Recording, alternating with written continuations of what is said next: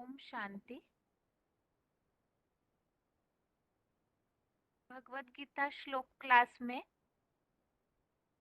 आज का श्लोक है 9वें अध्याय का चौथा श्लोक, अध्याय 9, श्लोक नंबर 4।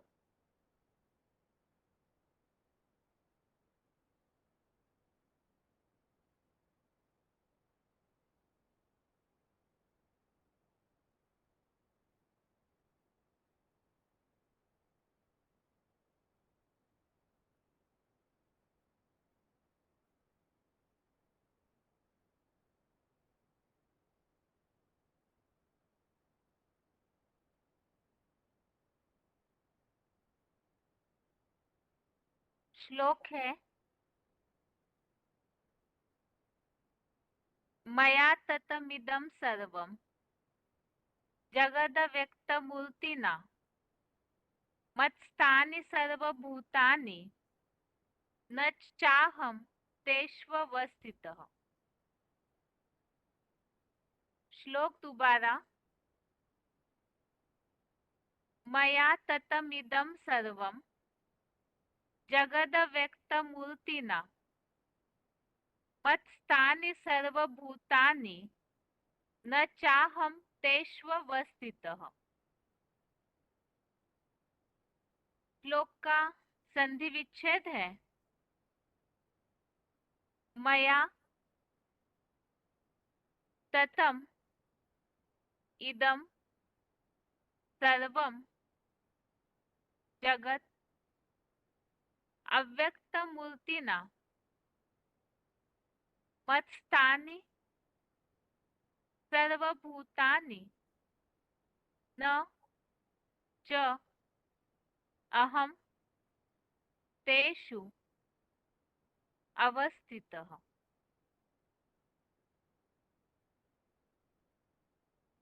संधि विच्छेद दोबारा।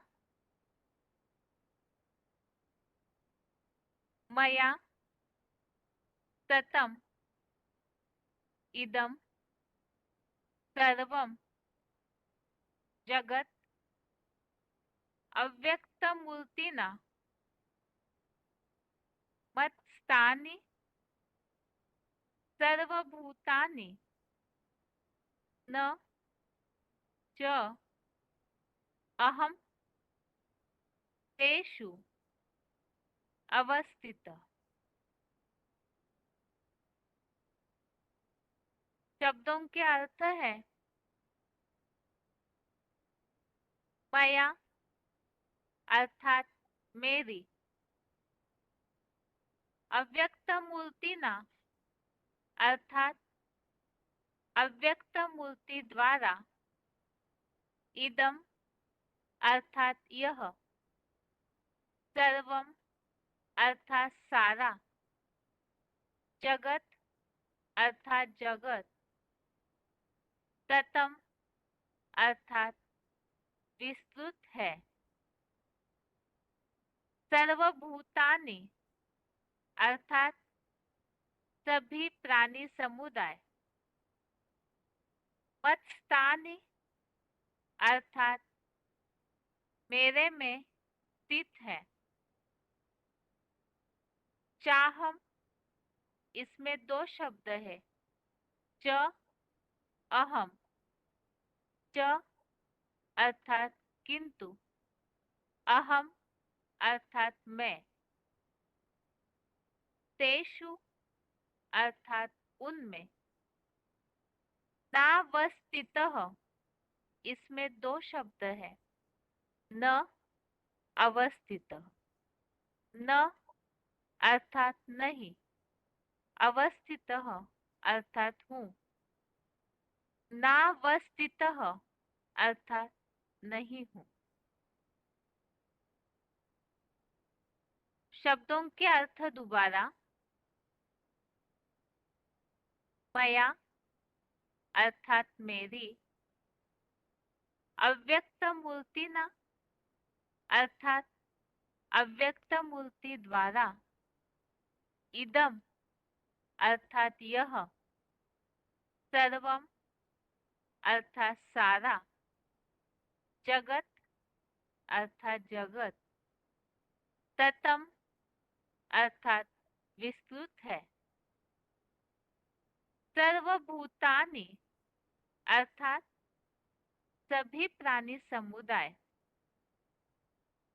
मत्स्थानि अर्थात मेरे में स्थित है, चाहम इसमें दो शब्द है, च अहम, च अर्थात किंतु, अहम अर्थात मैं,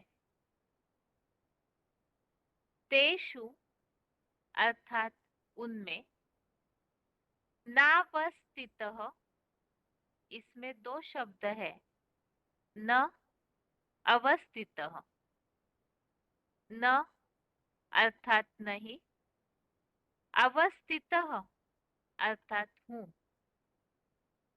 नावस्थितः अर्थात नहीं। श्लोक का अर्थ है, मेरी अव्यक्त मूर्ति द्वारा यह सारा जगत विस्तृत है, सभी प्राणी समुदाय मेरे में स्थित है, किंतु मैं उनमें नहीं हूँ।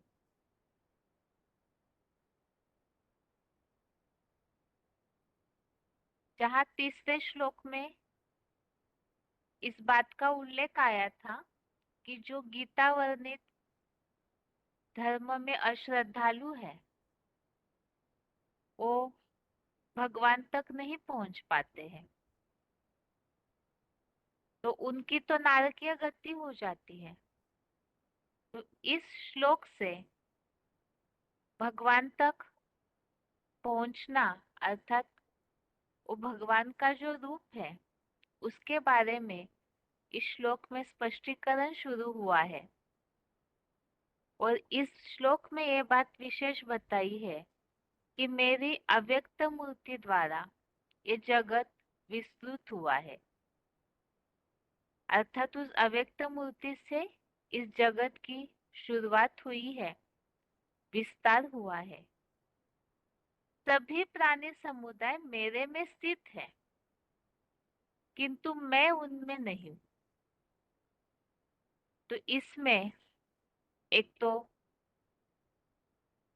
जो उल्लेख आया हुआ है जिसके लिए क्लैरिफिकेशन वाले अर्थ में स्पष्टीकरण दिया है कि अव्यक्त मूर्ति अर्थात क्या और सभी प्राणी मेरे में स्थित है अर्थात क्या, इसके बारे में क्लैरिफिकेशन वाले अर्थ में समझानी दी हुई है। तो क्लैरिफिकेशन सहित अर्थ है, मेरी अव्यक्त स्थिति की निराकारी लिंग मूर्तिमान महादेव। अव्यक्त मूर्ति के बारे में ही यहाँ स्पष्टीकरण ये है, मेरी अव्यक्त स्थिति की निराकारी लिंग मूर्तिमान महादेव द्वारा यह सारा जड़ जंगम जगत मानव बीज अर्थात बाप से वट वृक्ष जैसा विस्तृत है। अतः सभी प्राणी समुदाय मेरे लिंग बीज में स्थित है, किंतु मैं शिव उन प्राणियों में सर्वव्यापी नहीं हूं। तो यहाँ श्लोक में इस बात को बताया है कि मेरी अव्यक्त स्थिति की निराकारी लिंग मूर्ति अर्थात जो महादेव है, जो अपनी निराकारी स्थिति के आधार से जो शिव समान बनते हैं, इंद्रियों का जिन्हें भानी नहीं रहता है, तो ऐसी जो अव्यक्त मूर्ति बनती है कि शरीर तो है लेकिन उस शरीर का इंद्रियों का भान नहीं, ऐसी निराकारी स्थिति, तो वो अव्यक्त स्थिति की निराकारी लिंग मूर्ति और वो बनता है महादेव। उनके द्वारा ही ये सारा जगत विस्तृत हुआ है। जैसे बीज से सारा झाड़ वृक्ष विस्तार को पाता है, बीज में सारा वृक्ष समाया हुआ होता है। इसी तरह से इस मानव बीज बाप से ये सृष्टि रूपी वृक्ष है बड़ा, इतना विस्तार जो हुआ है उसका, इसकी शुरुआत जिन्होंने की तो वो मानव बीज है, अर्थात मनुष्य सृष्टि का बाप है। उनसे ही ये जगत विस्तृत हुआ है। लेकिन वो स्थिति वो बताई है अव्यक्त मूर्ति। तो सभी प्राणी समुदाय मेरे उस लिंग बीज में स्थित है, किंतु मैं शिव उन सब प्राणियों में सर्वव्यापी नहीं हूँ। यहाँ पर मेरे लिंग बीज में स्थित है सभी प्राणी समुदाय। यहाँ लिंग बीज इस संबंधित नीचे फुटनोट में स्पष्टीकरण दिया हुआ है। और जहाँ सर्वव्यापी नहीं हो इस बात का जो उल्लेख आया है, तो 7वें अध्याय का 12वां श्लोक, अध्याय 7 का श्लोक नंबर 12 में इसी प्रकार जो उल्लेख आया है कि मैं सब प्राणियों में सर्वव्यापी नहीं हूँ, तो 7वें अध्याय के 12वें श्लोक में उल्लेख है ना अहम तेषु ते मयि। और यहाँ जो लिंग बीच में स्थित है, तो नीचे यहाँ फुटनोट में इसका स्पष्टीकरण है, क्योंकि अश्वत्थ सृष्टि वृक्ष अनादि है, तो अति दुर्लभ एक मुखी रुद्राक्ष बीज बाप आदिदेव या आदम भी अविनाशी है। जैसे देह में अनुरूप आत्मा अविनाशी है, वैसे यह विराट पुरुष भी सृष्टि वृक्ष में सदा रहता है। तो वो लिंग बीज या मानव बीज जो इस मनुष्य सृष्टि रूपी वृक्ष की शुरुआत करने वाला सभी का बाप, अर्थात जो बीज है जिसके लिए यहाँ लिंग बीज कहा, तो वो है आदम या आदिदेव। तो ये जो अश्वत्थ सृष्टि रूपी वृक्ष है वो अनादि है, और उसकी शुरुआत करने वाला वास्तव में आदिदेव है। और वो बीज का जैसे विनाश नहीं होता है, इसी तरह से ये जो रुद्राक्ष का बीज अर्थात बाप है, वो एक मुखी रुद्राक्ष भी बहुत विरला मिलता है, जिसके लिए बताया है साथ में उनकी और एक विशेषता कि जैसे आत्मा इस देह में अविनाशी है, इसी तरह से ये पूरे सृष्टि वृक्ष में भी वो विराट पुरुष अर्थात मनुष्य सृष्टि का बाप आदम आदिदेव वो भी सदा रहता है। और इस श्लोक में जो भी उल्लेख आए हुए हैं उसी संबंधित गीता में और अध्यायों में भी जो रेफरेंस श्लोक है उसे समझते हैं।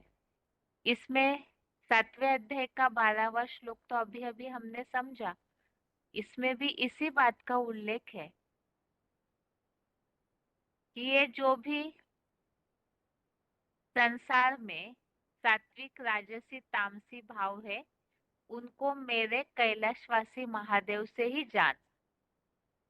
मैं ब्रह्मलोकवासी सदाशिव उनमें व्यापी नहीं, किंतु वे मेरे महादेव मूर्ति में काल क्रमानुसार है। तो आज के श्लोक में भी इसी बात का उल्लेख है कि सारा प्राणी समुदाय मेरे में स्थित है, किंतु मैं उनमें व्यापी सर्वव्यापी नहीं हूँ। आगे है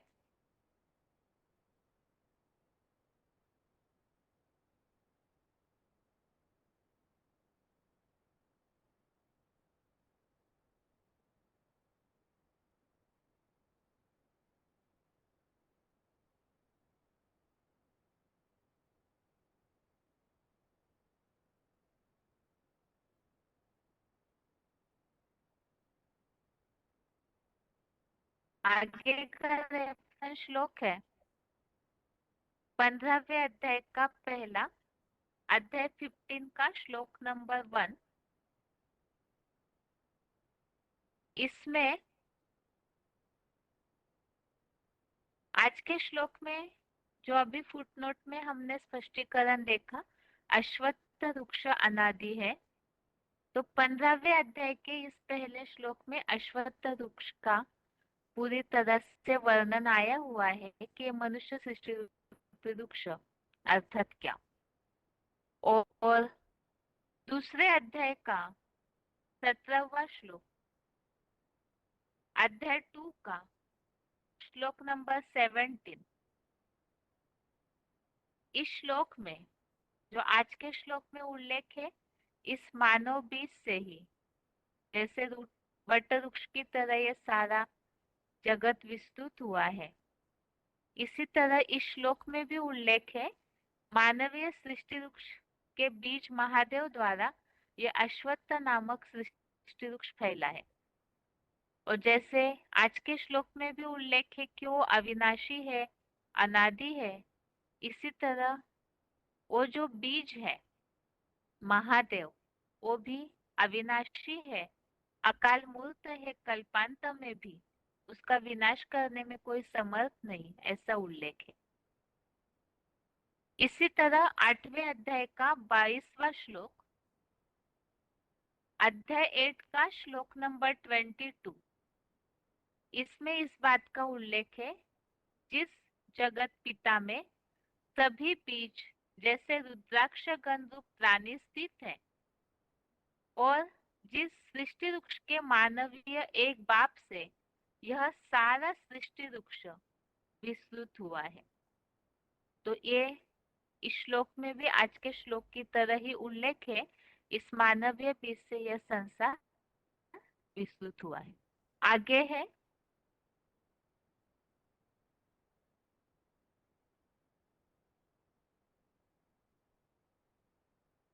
11वें अध्याय का 38वां श्लोक, अध्याय 11 का श्लोक नंबर 38। इसमें इस बात का उल्लेख है वट वृक्ष रूप से सृष्टि वृक्ष जैसे आपके निराकारी निर्विकारी बने बीज रूप जगत पिता से विश्व फैला है। तो जो बाप समान बनता है महादेव, जो कि शंकर का नाम ही शिव के साथ जोड़ा हुआ है, तो वही जगत पिता महादेव ही इस सृष्टि रूपी मनुष्य सृष्टि रूपी वृक्ष के बीच से ये वृक्ष विस्तृत होता है। 13वें अध्याय का 30वां, अध्याय 13 का श्लोक नंबर 30। इसमें उल्लेख है जब प्राणियों की आकृति में भिन्नता को सृष्टि के एक बीज आदम में उपस्थित विराट पुरुष को देखता है और उससे ही सृष्टि के अनेक धर्मों के विस्तार को जानता है। तो इसमें इस बात का ही उल्लेख है कि उस एक बीज जो मनुष्य सृष्टि का बीज है, आदम आदि देव या विराट पुरुष जी ने कहा है, उन्हीं से ही इस सारे सृष्टि वृक्ष का विस्तार हुआ है, जो बताया कि उससे ही सृष्टि के अनेक धर्मों के विस्तार को जानता है। तो बीज में सारा वृक्ष समाया हुआ है। आगे 18वें अध्याय का 46, अध्याय 18 का श्लोक नंबर 46। इसमें इस बात का उल्लेख है जिस यज्ञ पिता से यह सारा मानवीय सृष्टि वृक्ष सदाशिव ज्योति समान लिंग बीज से विस्तृत हुआ है। तो यहाँ पर भी जो अव्यक्त मूर्ति है, ऐसे महादेव ऐसी स्थिति बना लेते हैं कि उनको अपनी कोई इंद्रियों का भान नहीं रहता, बिल्कुल ऐसी बीजरूप अवस्था जो साकार मूर्ति होते हुए भी स्टेज अव्यक्त।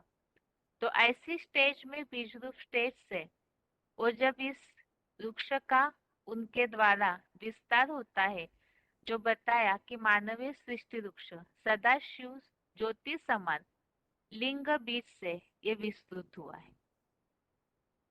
आगे है,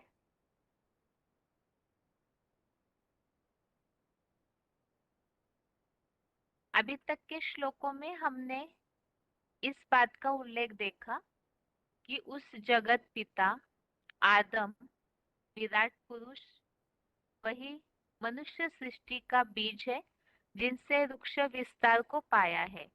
और वो वृक्ष अर्थात अश्वत्थ वृक्ष जिसका 15वें अध्याय के पहले श्लोक में उल्लेख है कि ये अविनाशी है। और अभी जो रेफरेंस श्लोक हम देख रहे हैं उसमें जैसे फुटनोट में भी इस बात का उल्लेख आया कि वो एक मुखी रुद्राक्ष है जो कि मानवीय सृष्टि रूपी वृक्ष का बीज, उनके बारे में बताया कि वो एक मुखी रुद्राक्ष बहुत अति दुर्लभ रीति से मिलता है। इसी प्रकार का उल्लेख यहाँ रेफरेंस श्लोक के तौर पे जो श्लोक लिए हैं, एक तो 18वें अध्याय का चौथा अध्याय 18 का श्लोक नंबर 4, इसमें भी क्लैरिफिकेशन वाले अर्थ में इस बात का उल्लेख आया है, मानवीय सृष्टि वृक्ष के बीज एक मुखी रुद्राक्ष या महारुद्र की। और 7वें अध्याय का 13वां अध्याय 7 का श्लोक नंबर 13, इसमें इस बात का उल्लेख आया हुआ है कि ये सारा संसार इन गुणों से परे मुझ अविनाशी को नहीं जानता। तो वो जो अविनाशी बाप है उनके लिए बताया कि वो तुरिया सदाशिव ज्योति के समान बने एक मुखी रुद्राक्ष को। तो वो एक मुखी रुद्राक्ष वो इस तरह से अविनाशी है और वो अति दुर्लभ मिलता है। तो इस श्लोक का सार हो गया रेफरेंस श्लोक के सहित कि अव्यक्त मूर्ति के द्वारा जो मूर्ति तो है, साकार तो है, लेकिन स्थिति ऐसी अव्यक्त निराकारी बीज रूप स्थिति है जिससे ही ये सृष्टि वृक्ष का विस्तार शुरू होता है। वो बीज से ही वृक्ष शुरू हुआ तो सभी प्राणी समुदाय उस बीज में समाये हुए हैं, अर्थात तो लिंग मूर्ति महादेव में। लेकिन भगवान पूरे वृक्ष में सर्वव्यापी नहीं। आज के श्लोक संबंधित पहले उच्चारण सुनते हैं, उसके बाद मुरलियों में आए हुए कुछ स्पष्टीकरण। मया तत्मिदं सर्वं जगदव्यक्तमूर्तिना मत्स्थानि सर्वभूतानि न चाहन्तेष्वस्थितानि। मेरी अव्यक्त स्थिति की निराकारी लिंग मूर्तिमान महादेव द्वारा यह सारा जड़ जंगम जगत मानव बीज बाप से वटवृक्ष जैसा विस्तृत है। अतः सभी प्राणी समुदाय मेरे लिंग बीज में स्थित हैं, किंतु मैं शिव उन प्राणियों में सर्वव्यापी नहीं हूँ। नाहम तेषु ते मयि, गीता के 7वें अध्याय का 12वां श्लोक। क्योंकि अश्वत्थ सृष्टि वृक्ष अनादि है तो अति दुर्लभ एक रुद्राक्ष रूप बीज बाप आदिदेव आदम भी अविनाशी है। जैसे देह में अनुरूप आत्मा अविनाशी है, वैसे यह विराट पुरुष भी सृष्टि वृक्ष में सदा रहता।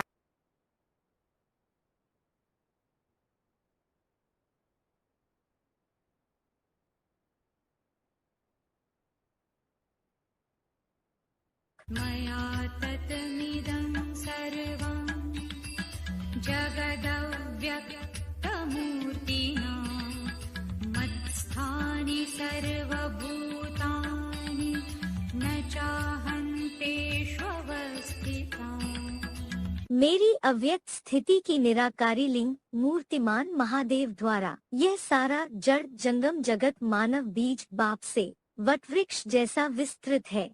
अतः सभी प्राणी समुदाय मेरे लिंग बीज में स्थित हैं, किंतु मैं शिव उन प्राणियों में सर्वव्यापी नहीं हूँ। नाहम तेषु ते मयि, गीता के 7वें अध्याय का 12वां श्लोक। क्योंकि अश्वत्थ सृष्टि वृक्ष अनादि है तो अति दुर्लभ एक रुद्राक्ष रूप बीज बाप आदिदेव आदम भी अविनाशी है।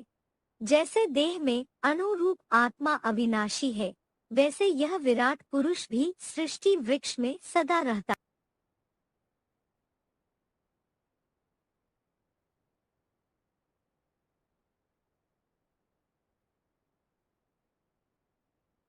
आगे है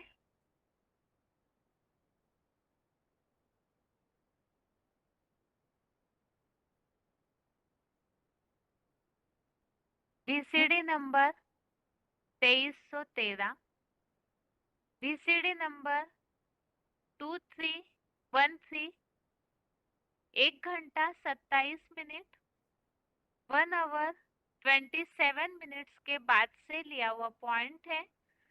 अव्यक्त लिंग मूर्ति द्वारा यह सारा जगत मानव बीज बाप से विस्तृत है। तो वो कहने वाला कौन है? आत्मा जो कहता है मन मना भव, मेरे मन में समा जा, और उसका झाड़ में चित्र भी दिया हुआ। क्या? शंकर सृष्टि की सारी आत्माएं खिंच करके बिंदु बिंदु आत्माएं उस अव्यक्त मूर्ति के द्वारा, कैसी मूर्ति? अव्यक्त मूर्ति। अव्यक्त माने जो आंखों से दिखाई नहीं देती, और मूर्ति भी है, मूर्तमान भी है, आंखों से दिखाई भी देती है। ये क्या बात हुई? ऐसी अव्यक्त मूर्ति है जो आंखों से दिखाई भी नहीं देती, और मूर्तिमान भी है, दिखाई भी देती है, माने व्यक्त भी है और अव्यक्त भी है। कौन? शंकर। शंकर की जो कर्म इंद्रियां दिखाई देती है। हाँ, पुरुषार्थ करके जब वो आत्मा जो याद के पुरुषार्थ में बैठा हुआ शंकर है, वो पुरुषार्थ संपन्न करके जब शिव समान स्टेज को धारण कर लेता है, जो शिव बाप का विरुद्ध है कि मैं तुम बच्चों को नंबर बार आप समान बना कर ले जाऊंगा, तो अव्वल नंबर कोई 100% शिव बाप समान बनता होगा ना? कौन बनता होगा? है वही मनुष्य सृष्टि का भी, जिसे शंकर कहा जाता है,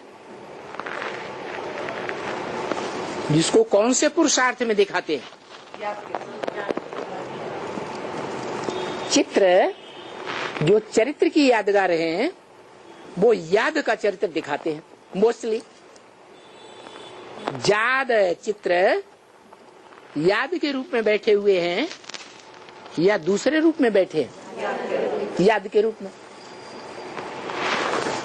तो याद का ऐसा गहरा पुरुषार्थ करती है कि अव्वल नंबर शिव समान स्टेज को प्राप्त करती है,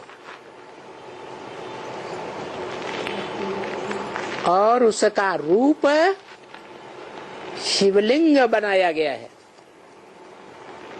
जो लिंग बड़ा रूप तो देखने में आता है, व्यक्त है, आंखों से देखने योग्य है, लेकिन उसमें नाक, आंख, कान, हाथ, पांव, इंद्रियां देखने में नहीं आती, तो अव्यक्त है। अव्यक्त है माने अव्यक्त भी है और व्यक्त भी। इसलिए गीता में आया है अव्यक्त मूर्तिना। क्या? ये सारा संसार उस अव्यक्त मूर्ति से ही जन्म लेता है और उसी में समा जाता है। आगे है BCD number 1786, BCD number 1786, 39 minute 39 minutes के बाद से लिया हुआ पॉइंट है। सभी बीज में स्थित है, किंतु शिव उनमें सर्वव्यापी नहीं है। हैं? अरे भक्ति मार्ग में शंकर के सामने जाते हैं तो भगवान समझ करके याद करते हैं ना। और शंकर क्या करता है? हैं? वो भी याद करता है। तो भगवान भगवान को याद करता है क्या? है? नहीं करेगा। ये जो सर्वव्यापी का ज्ञान इन्होंने उठाया है, उनको समझाना चाहिए कि गॉड इज वन, भगवान एक है और ये सारी सृष्टि उनकी रचना है। मनुष्य सृष्टि का बीज रूप गॉड को कहा जाता है।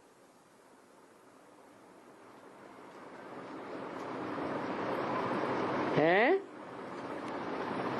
मनुष्य सृष्टि का बीज है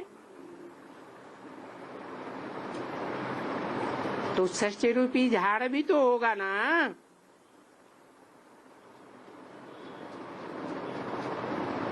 सृष्टि रूपी झाड़ में, सारे झाड़ में बीज समाया हुआ है या नहीं समाया हुआ है? इसलिए गीता में लिखा है, नाहं तेषु ते मयि। क्या मैं उन सृष्टि के पत्तों में, टहनियों में, फूलों में, फलों में नहीं हूँ, लेकिन वो सारे के सारे मेरे में समाये हुए हैं। किसमें? बीज में समाये हुए हैं।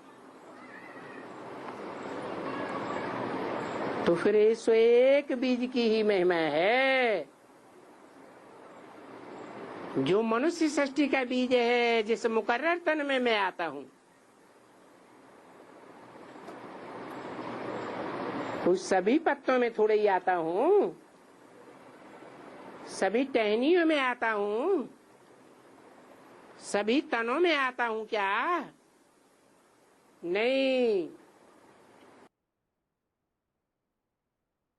आगे है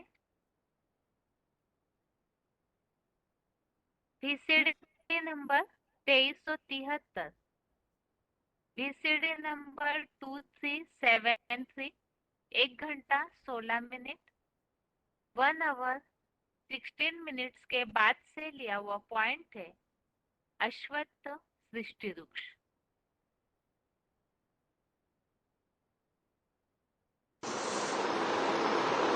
गीता में बताया ना, ये मनुष्य सृष्टि एक वृक्ष के समान, नाम दिया अश्वत्थ वृक्ष। क्या क्या नाम दिया? अश्वत्थ वृक्ष। अश्व माने घोड़ा, थ माने स्थिर रहने वाला। कैसा वृक्ष? जो मन रूपी घोड़ा जहां स्थिर किया गया, मन स्थिर रहने वाला है या लगातार चलायमान है? चलायमान। तो चलायमान मन जो है, उसके द्वारा नई सृष्टि नहीं बन सकती। क्या? नई दुनिया, स्वर्ग की स्थापना नहीं हो सकती। स्वर्ग की स्थापना तब ही हो सकती है जब स्व की स्थिति में स्थित हुआ जाए। स्व माने आत्मा। तो आत्मा में जो मन बुद्धि है, उसमें जो मन है बहुत चलायमान,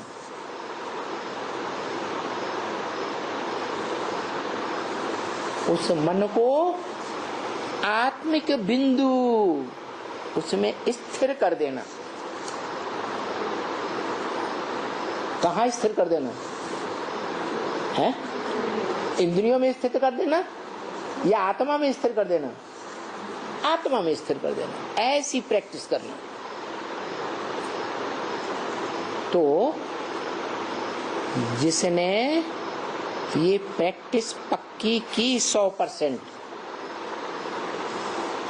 उस बीज का नाम और उस बीज से पैदा होने वाला जो वृक्ष है उसका नाम रखा गया अश्वत्थ वृक्ष,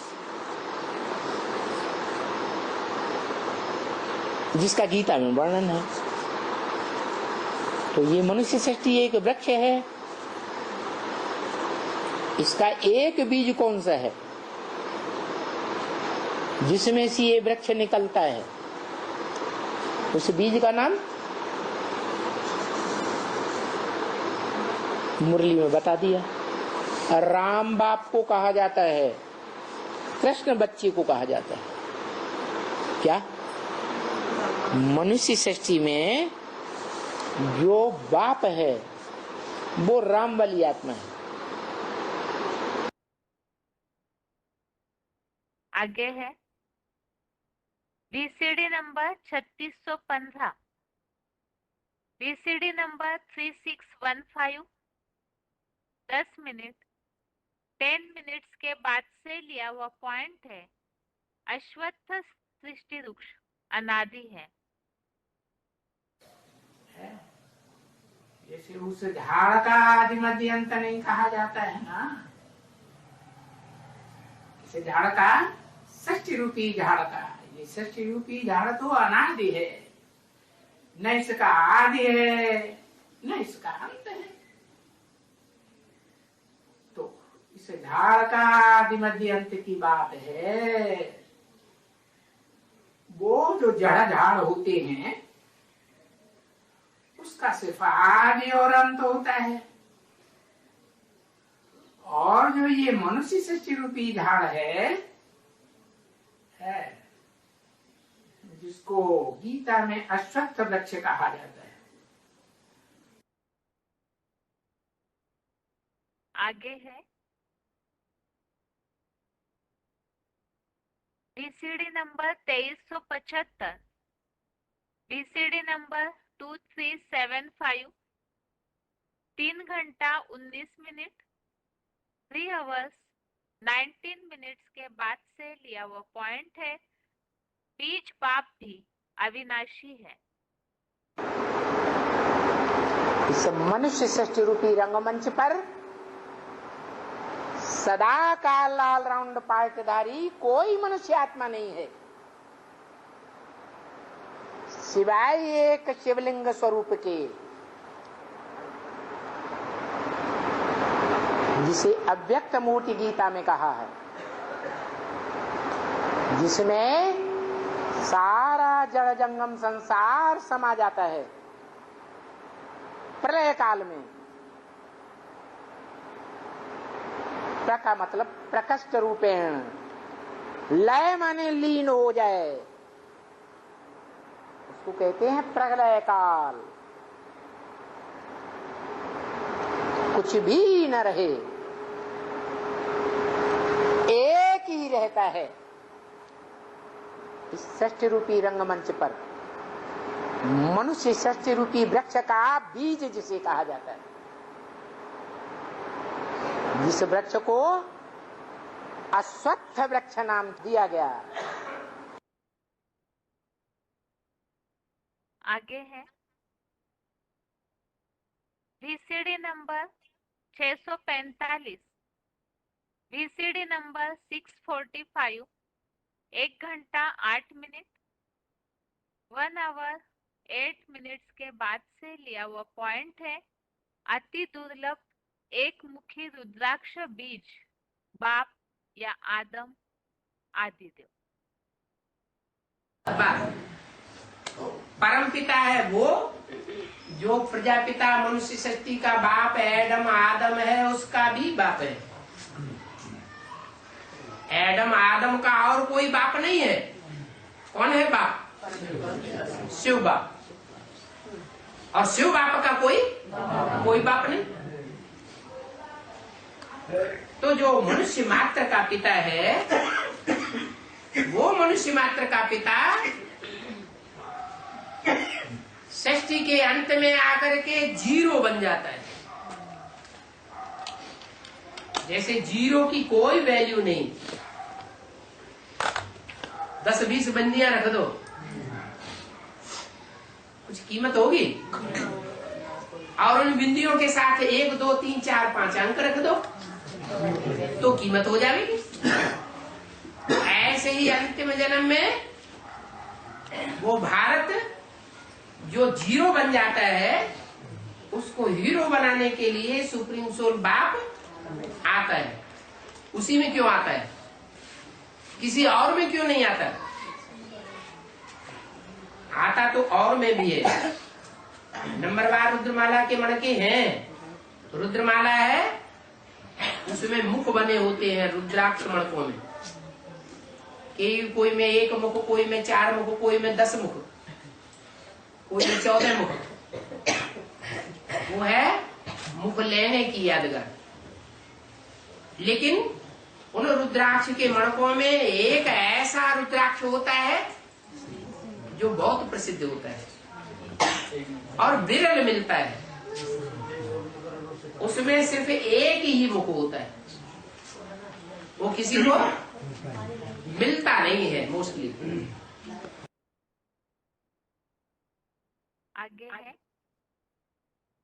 VCD नंबर 2480, VCD नंबर 2480, 1 घंटा 9 मिनट 1 आवर 9 मिनट्स के बाद से लिया हुआ पॉइंट है। विराट पुरुष सृष्टि वृक्ष में सदा रहता है। क्या आदम तो पुरुष तन होता है ना? एडम, आदम, मूर्तिमान शंकर, अर्जुन, जितने भी नाम दिखाए गए हैं, इसे इतने नाम क्यों दिखाए गए? इतने रूप दिखाने की क्या जरूरत है? अरे ऋग्वेद में ही बता दिया, एको सदविप्रा बहुधा वदन्ते। सद माने सच्चा, विप्र माने ब्राह्मण। एक ही सच्चा ब्राह्मण है जो शास्त्रों में अनेक रूपों में दिखाया गया है। क्या? कौन सा सच्चा ब्राह्मण? जिसे कहते हैं चोटी का ब्राह्मण। क्या? जैसे पहाड़ों की चोटी होती है ना, ऐसे सबसे ऊंची स्टेज वाला ब्राह्मण।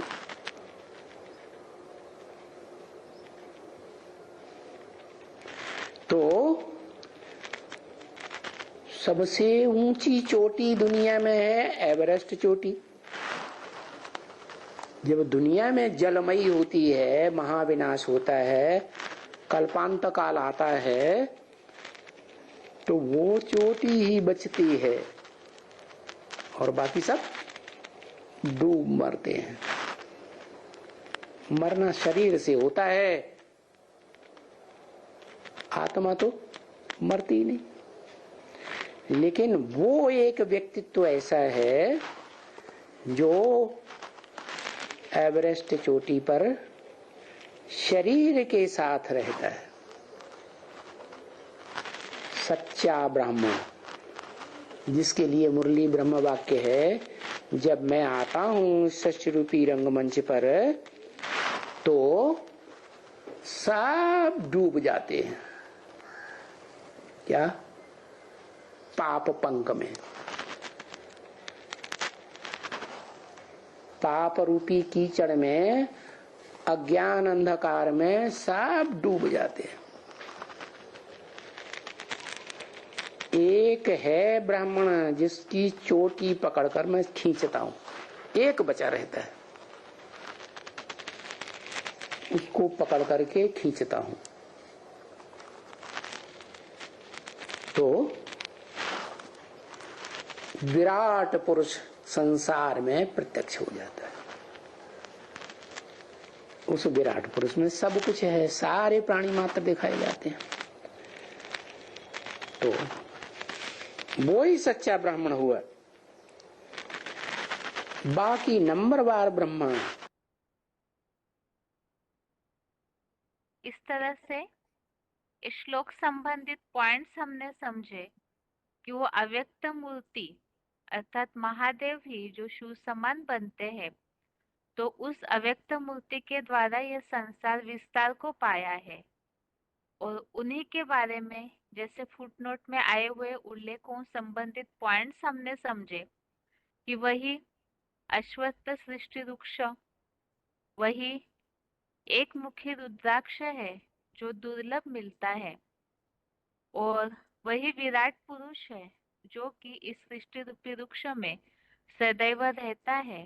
तो जैसे कि बीज अविनाशी है, तो वैसे ही मानवीय सृष्टि रूपी वृक्ष का जो बीज है वो भी अनादि और अविनाशी है।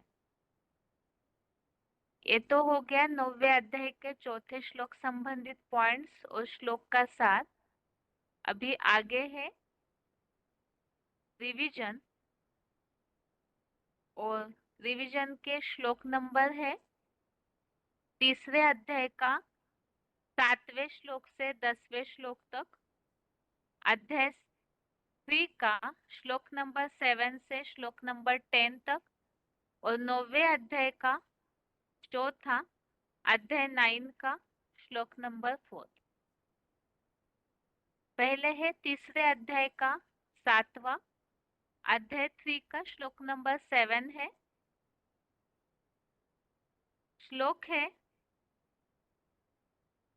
यस्त्विन्द्रियाणि मनसा नियम्यारभतेर्जुन कर्मेन्द्रिये कर्मयोगम असक्तः स विशिष्यते। अर्थात हे अर्जुन, परंतु जो स्थिर मन से इंद्रियां नियमित करके अनासक्त हुआ कर्मेंद्रियों से कर्म योग का आचरण करता है, वह विशेष मान्य है। इसके पहले के श्लोकों में हमने इस बात का उल्लेख देखा है कि प्रकृति के 3 गुणों के कारण बरबस सबको कर्म करने ही पड़ते हैं, और इसमें भी कोई ऐसे है कि कर्मेंद्रियों को तो जबरियन रोक लिया और इंद्रियों के भोगों को मन से याद करते हैं तो मिथ्याचारी है।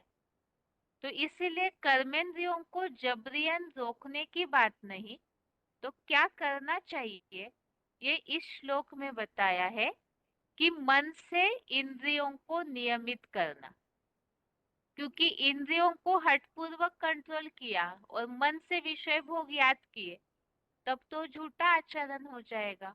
इसीलिए मन से ही इंद्रियों को नियमित करके अनासक्त हुआ, अर्थात कोई भी प्रकार की इंद्रियों के भोगों में आसक्ति न हो, ऐसे जो आचरण करता है वो कर्मयोगी। ऐसा कर्मयोग का आचरण विशेष मान्य है, अर्थात मन से इंद्रियों को नियमित कर अनासक्त स्थिति। और इस संबंधित ही रेफरेंस श्लोक है 18वें अध्याय का 23वां, अध्याय 18 का श्लोक नंबर 23। इसमें उल्लेख है नित्य नियम पूर्वक और आसक्तिहीन। ऐसे जो राग द्वेष के बिना फल की इच्छा रहित जो कर्म करता है वो सात्विक कहा जाता है। और दूसरा रेफरेंस श्लोक है 18वें अध्याय का 9वां, अध्याय 18 का श्लोक नंबर 9। इसमें उल्लेख आया है कि करने योग्य ऐसे जो कर्म आसक्ति और फल इच्छा को त्याग कर नियम पूर्वक करते हैं तो वो सात्विक त्याग। तो आसक्ति और फल इच्छा, फल की इच्छा दोनों को छोड़कर कर्म। आगे है तीसरे अध्याय का 19वां, अध्याय 3 का श्लोक नंबर 19। इसमें भी उल्लेख आया है अनासक्त होकर कर्म करने के बारे में। 5वें अध्याय का 10वां अध्याय 5 का श्लोक नंबर 10, इसमें उल्लेख आया है जो आसक्ति त्याग कर कर्म करते वो कमल पत्र की तरह, कमल फूल की तरह पाप से लिप्त नहीं होते। और 5वें अध्याय का 11वां अध्याय 5 का ही श्लोक नंबर 11, इसमें इस बात का उल्लेख आया है कि जो आसक्ति त्याग कर कर्म करते वो केवल आत्मा की शुद्धि हेतु ऐसा कर्म होता है। आगे है दूसरे अध्याय का 48 अध्याय 2 का श्लोक नंबर 48, इसमें भी आसक्ति त्याग कर जो योगारूढ़ होता है तो समत्व ही योग कहा जाता है, जो सब में समान रहकर कर्म करता है। और 18वें अध्याय का 6वां अध्याय 18 का श्लोक नंबर 6, इसमें भी फल की इच्छा को त्यागना और आसक्ति को त्यागने की बात आई हुई है। आगे है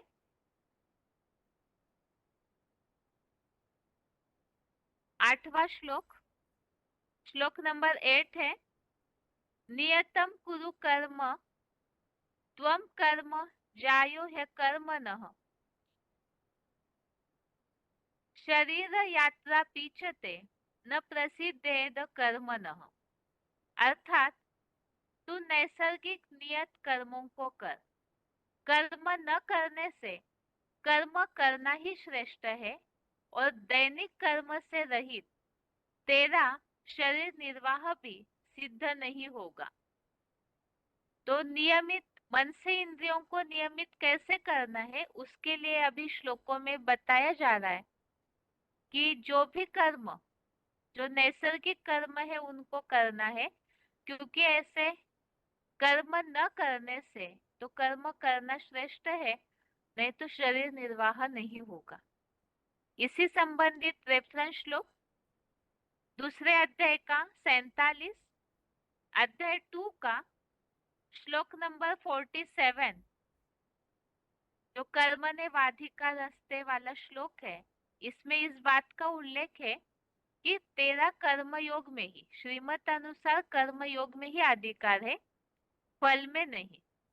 तो कर्म त्याग में कभी आसक्ति न हो, अर्थात कर्म छोड़ना नहीं है, कर्म त्याग में आसक्ति न हो। आगे है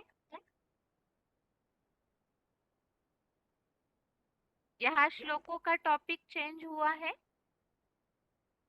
9 से 16वें श्लोक तक कर्म करना है तो कौन से कर्म करना है इस संबंधित उल्लेख है, यज्ञादि कर्मों की आवश्यकता का निरूपण। 9वां श्लोक है, इसमें पहले श्लोक नंबर 9 है यज्ञार्थात् कर्मणोऽन्यत्र लोकोऽयं कर्म बंधनः तदर्थं कर्म कौन्तेय मुक्त संघ समाचर।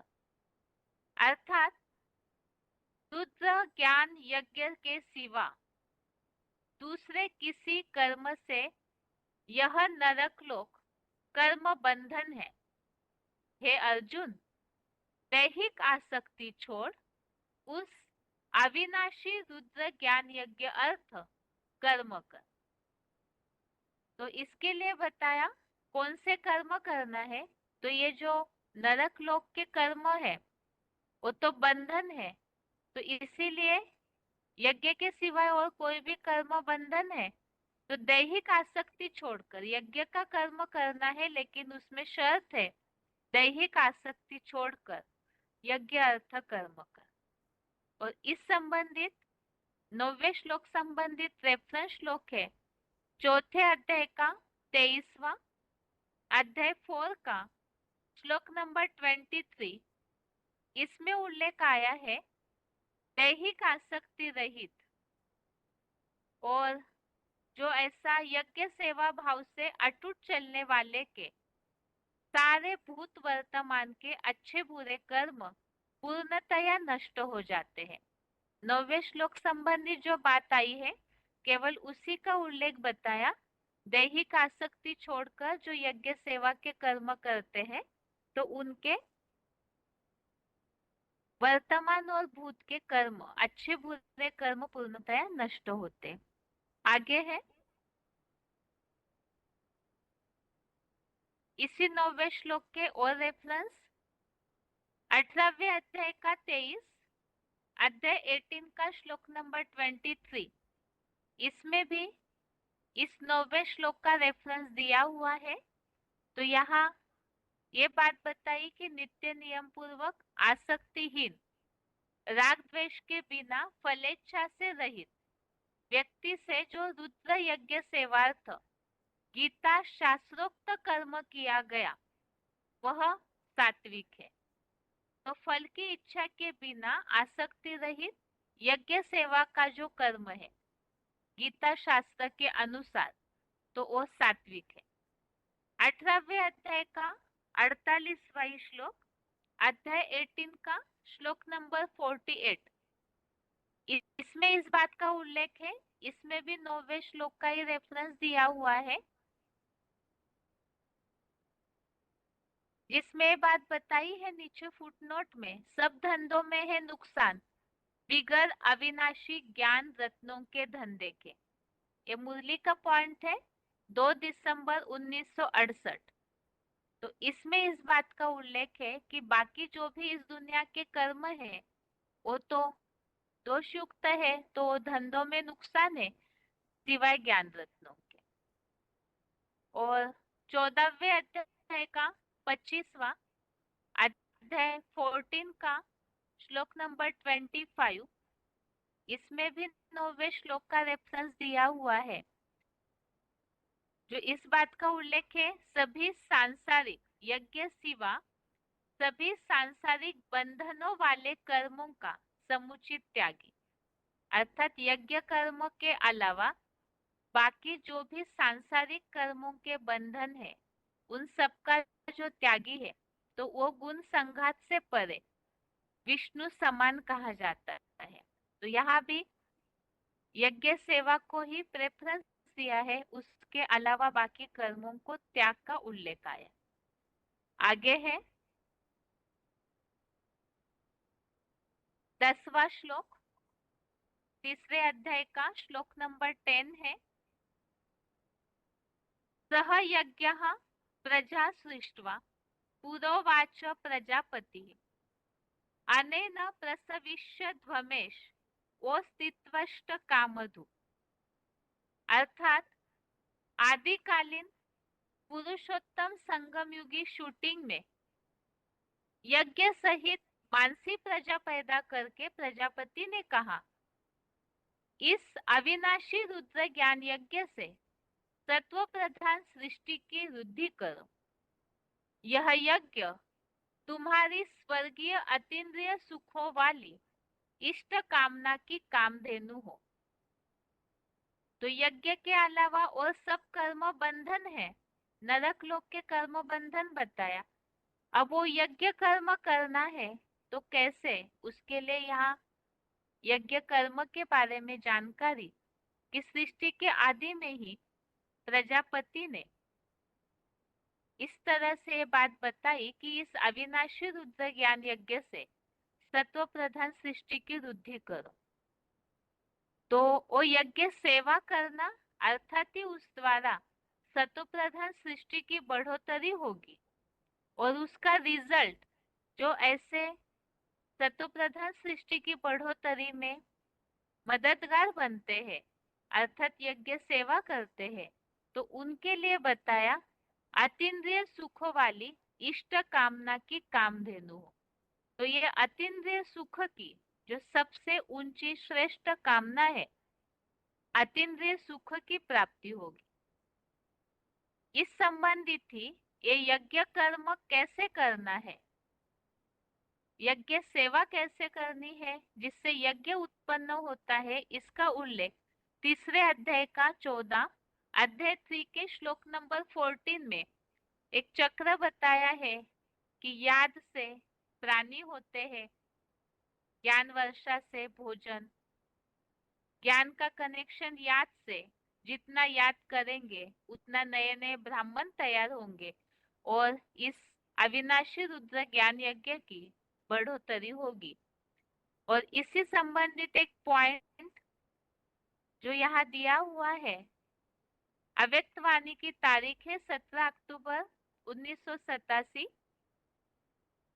यह ईश्वरीय ज्ञान देना ही ईश्वरीय सेवा है। सेवा का सदा ही मेवा मिलता है। कहावत है ना, करो सेवा तो मिले मेवा। तो ईश्वरीय सेवा करने से अतीन्द्रिय सुख का मेवा मिलता है, शक्तियों का मेवा मिलता है। तो ये यज्ञ सेवा से अतीन्द्रिय सुख और शक्तियां, इस तरह से ये कामनाएं अर्थात इन सब बातों की प्राप्ति होती है। आगे और रेफरेंस श्लोक 9वें अध्याय का 5वां अध्याय 9 का श्लोक नंबर 5। इसमें इस बात का उल्लेख आया हुआ है, ये जो सोमनाथ में शिव समान आत्मज्योति हीरा देह स्मृतिहीन साकारी देह वाली अव्यक्त मूर्ति योग की खुराक से साकारी प्राणियों की पैदा करने वाली। तो यहाँ पर याद के द्वारा जो प्राणियों की पैदाइश अर्थात ब्राह्मणों की वृद्धि होती है, तो किस तरह से यज्ञ की बढ़ोतरी होगी इसका उल्लेख यहाँ बताया, याद की योग की खुराक के द्वारा। और 14वें अध्याय का 3 अध्याय 14 का श्लोक नंबर 3, इसमें इस बात का उल्लेख है कि सब रुद्राक्ष बीज रूप पितर रूप प्राणियों की महत ब्रह्मा द्वारा मानसी उत्पत्ति होती है। तो याद की शक्ति के द्वारा ही, यहाँ तो खास जो बीज रूप पिता है उनकी याद के द्वारा बताया कि मानसी ये जो ब्राह्मणों की सृष्टि है उसकी वृद्धि बढ़ोतरी होती है। और नीचे भी यहाँ फुटनोट में इस बात का उल्लेख दिया हुआ है। आगे है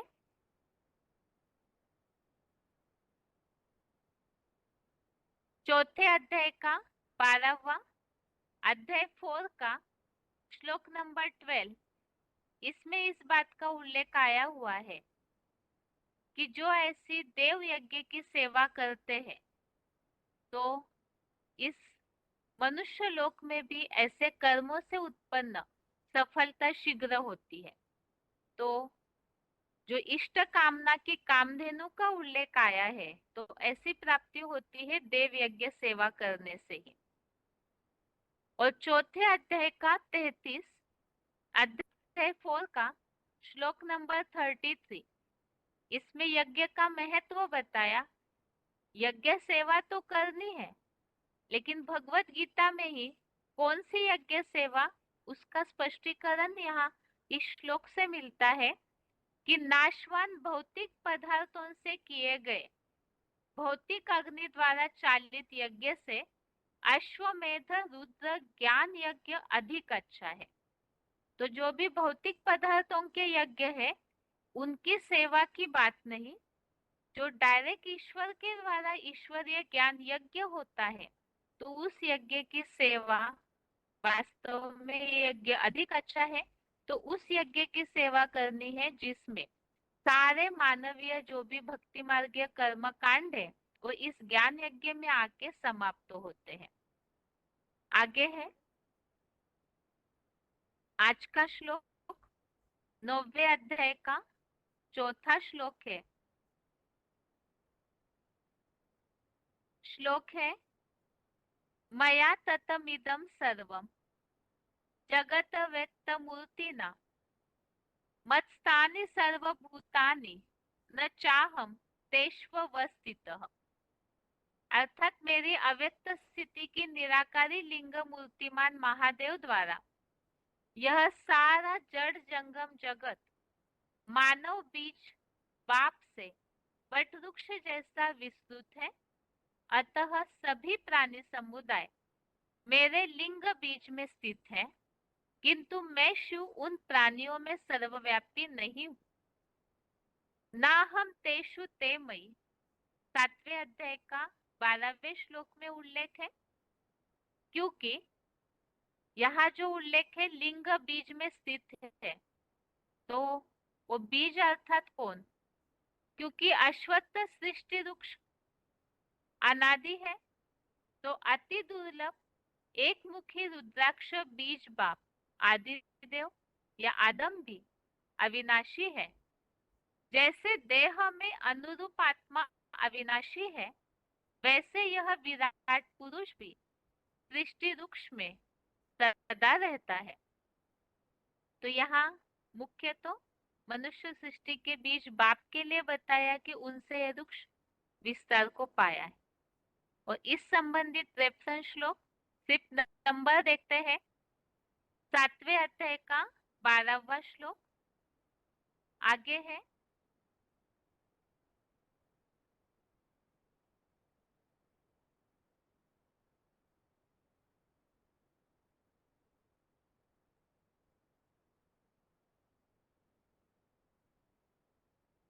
जहाँ अविनाशी बीज बाप की बात आई है वो श्लोक है दूसरे अध्याय का 17वां, अध्याय 2 का 17, 8वें अध्याय का 22वां, अध्याय 8 का श्लोक नंबर 22, 13वें अध्याय का 30वां, अध्याय 13 का श्लोक नंबर 30 आगे है।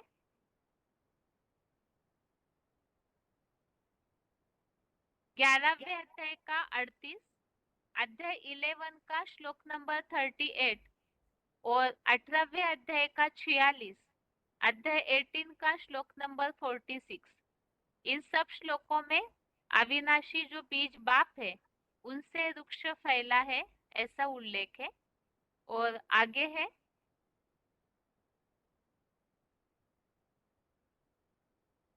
एक मुखी रुद्राक्ष का जो उल्लेख है वो श्लोक 18वें अध्याय का 4था, अध्याय 18 का श्लोक नंबर 4, 7वें अध्याय का 13वां, अध्याय 7 का श्लोक नंबर 13। इस तरह से इस श्लोकों की रिवीजन हो गई और टेस्ट के हिसाब से श्लोक नंबर एक बार फिर से तीसरे अध्याय का 7वें से 10वें श्लोक तक, अध्याय 3 का श्लोक नंबर 7 से 10 तक और 9वें अध्याय का चौथा अध्याय 9 का श्लोक नंबर 4। इस तरह से आज का श्लोक और रिवीजन यहाँ पूरी होती है और गीता क्लास आज के लिए यहाँ तक ही। ओम शांति।